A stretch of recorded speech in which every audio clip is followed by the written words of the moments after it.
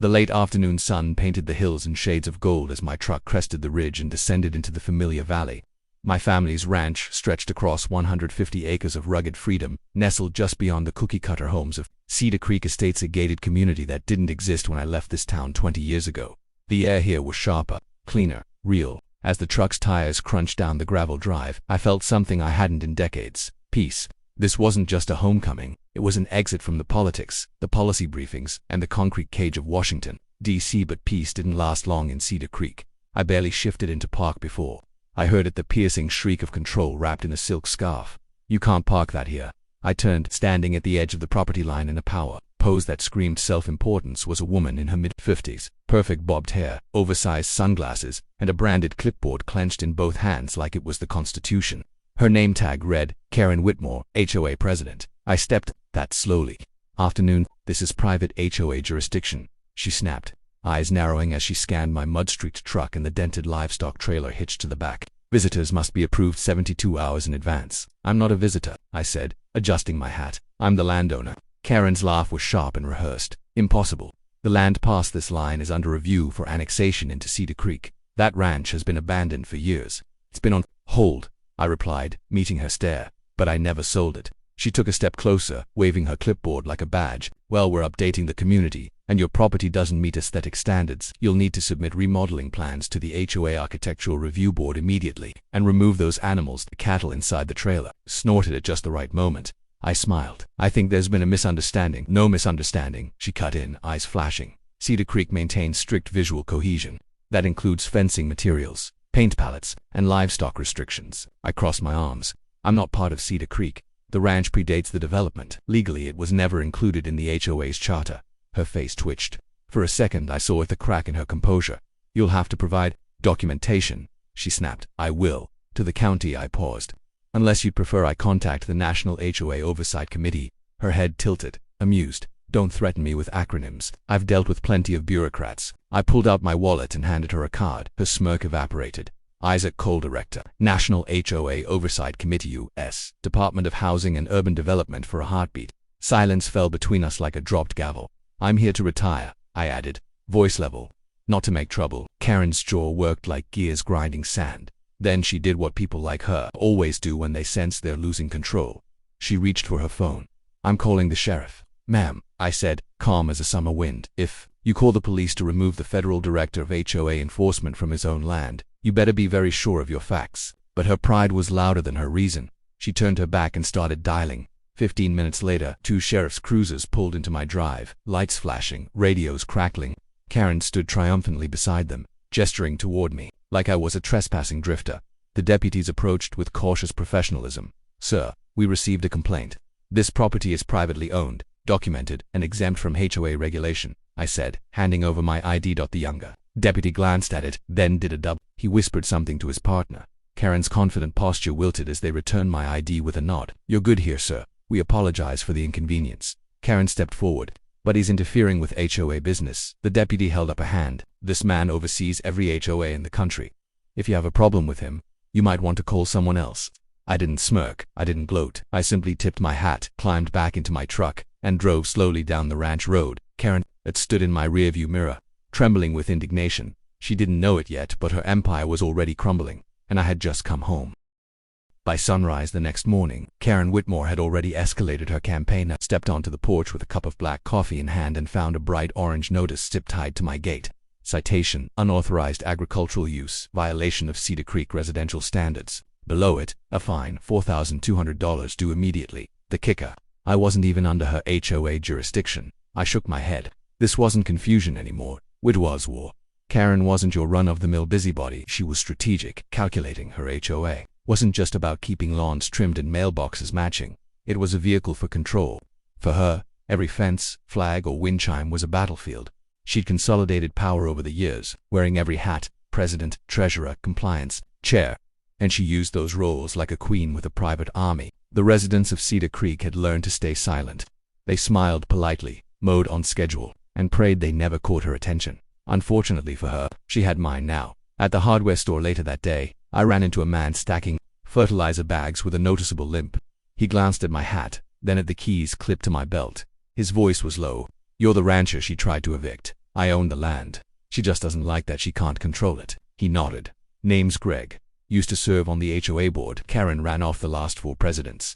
Last guy got a $10,000 fine because his teenage son parked a dirt bike on the lawn. They called it a vehicular hazard. Enforce fines without proper jurisdiction or a hearing. Greg looked around, lowering his voice. Doesn't stop her. Most folks just pay. They're scared. She's got the board, the attorney, even the community Facebook page under her thumb. That explained the silence. But silence, like still water, hides dangerous depths.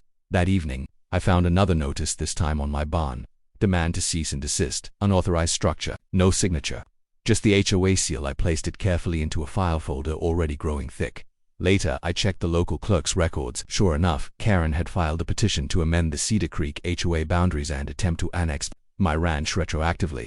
Legally laughable, but ambitious. I forwarded the documents to my team in DC and submitted a formal request to initiate an internal audit. As director of the National HOA Oversight Committee, I had the authority to probe any association accused of misconduct, abuse of power, or improper financial practices. I just never thought I'd be doing it from my own front porch. That night, I sat at the kitchen table beneath the old beam where Grandpa used to hang his hat and stared at the ceiling fan. Spinning slow and steady. Karen had built herself a castle on fear. But castles built on shaky ground don't need a bulldozer. They need one well-placed crack. I would be that crack. 2 days later, the first tremor landed. A delivery truck rolled into Cedar Creek and handed Karen a thick envelope notification of federal audit. Cedar Creek Estates, HOA. It was signed by me. Witnesses later told me she dropped her latte in the driveway. Over the next 48 hours, everything changed.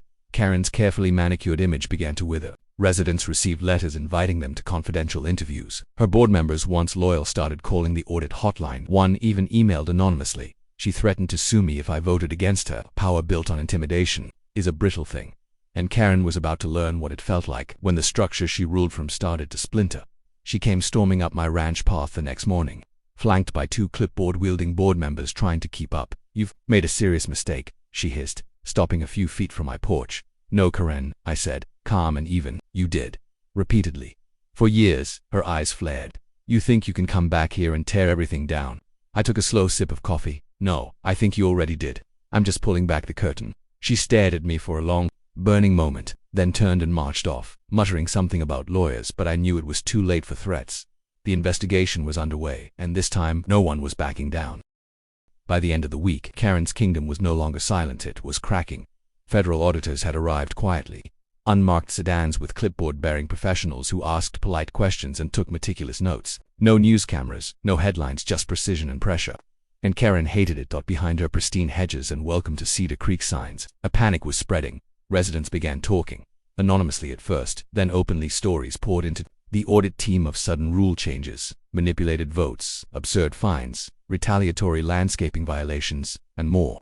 A single mother had been fined $1,000 for drying clothes on a line behind her home. An elderly veteran was banned from community events for refusing to repaint his door a regulation shade of beige. Karen's HOA was less a neighborhood council and more a miniature regime, and she ruled it with manicured iron fists. But now, the machine she'd built greased with fear and filed citations was seizing up. Her once loyal board members grew distant.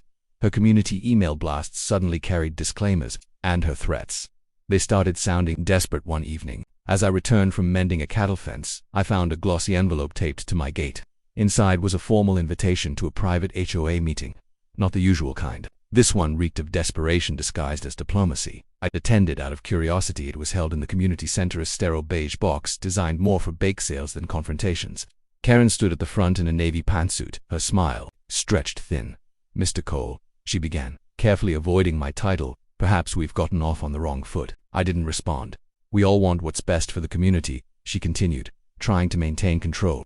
Perhaps there's a way to resolve this matter amicably, without unnecessary escalation. Her board members exchanged nervous glances. I let the silence linger before replying. You mean without accountability? Her mask cracked. This investigation is tearing us apart, she snapped. You're making enemies out of neighbors. No, Karen, I said, loud enough for the room to hear. You did that when you turned a place of community into your personal kingdom.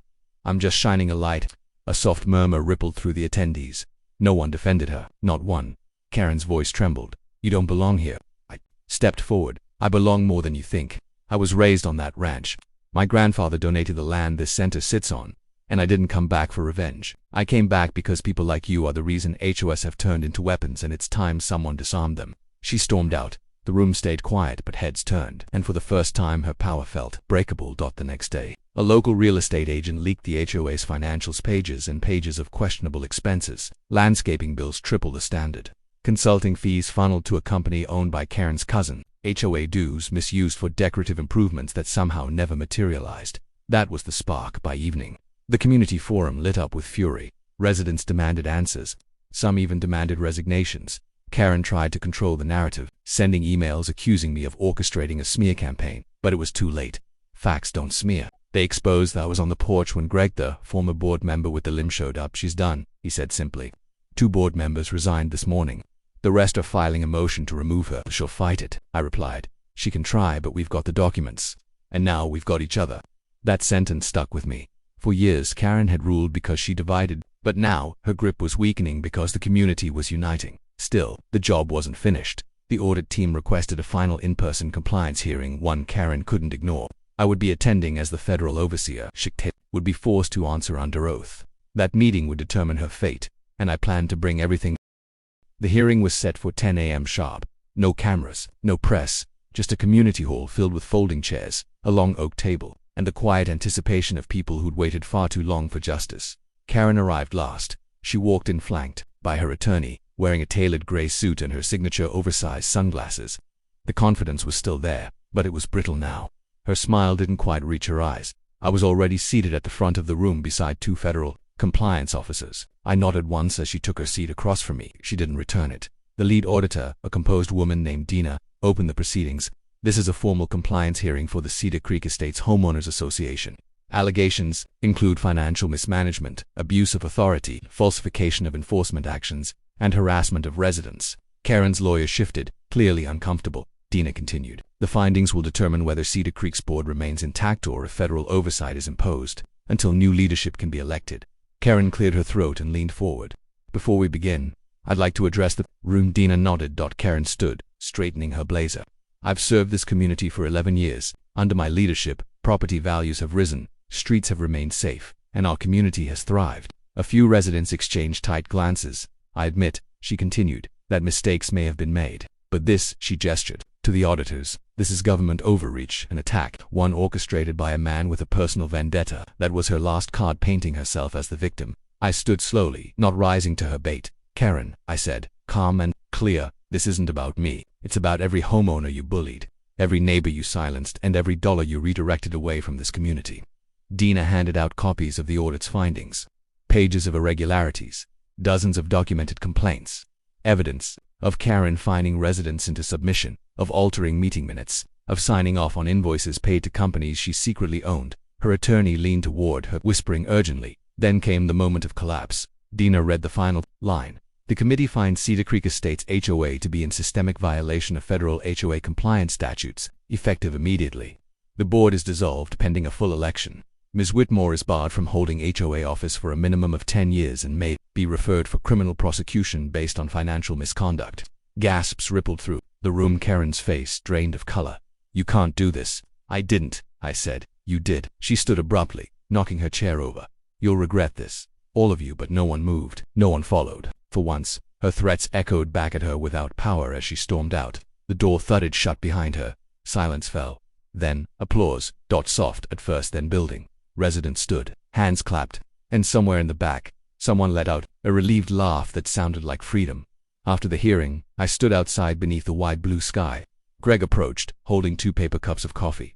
"We finally got her," he said, handing one over. "No," I replied. "You all got her. I just helped pull the curtain back." He smiled. "You staying?" I looked out at the ranch, its red barn glowing in the sunlight, the cattle grazing peacefully beyond the fence. "I am now." The following month, a community election was held. For the first time in years, it wasn't rigged. People volunteered. People voted. A new board was formed led by a retired teacher, a nurse, and a veteran who once had to hide his flag. The difference was instant. Front yards bloomed with personality again. The Facebook group turned friendly. Neighbors stopped looking over their shoulders. As for Karen, she disappeared. Rumor was she sold her home in silence and moved to a city apartment without any HOA at all. Poetic. One afternoon, I received a letter in the mailbox. No return address. Just a thank you note in careful handwriting. Greater than you didn't just stop her. You reminded us what a community is supposed to be. I read it twice, folded it neatly, and tucked it between the pages of the audit file. Then, I walked out to the pasture, where the wind moved through the grass like a whispered promise. Cedar Creek had been ruled by fear. Now it was growing in freedom, and I would be here to make sure it stayed that way.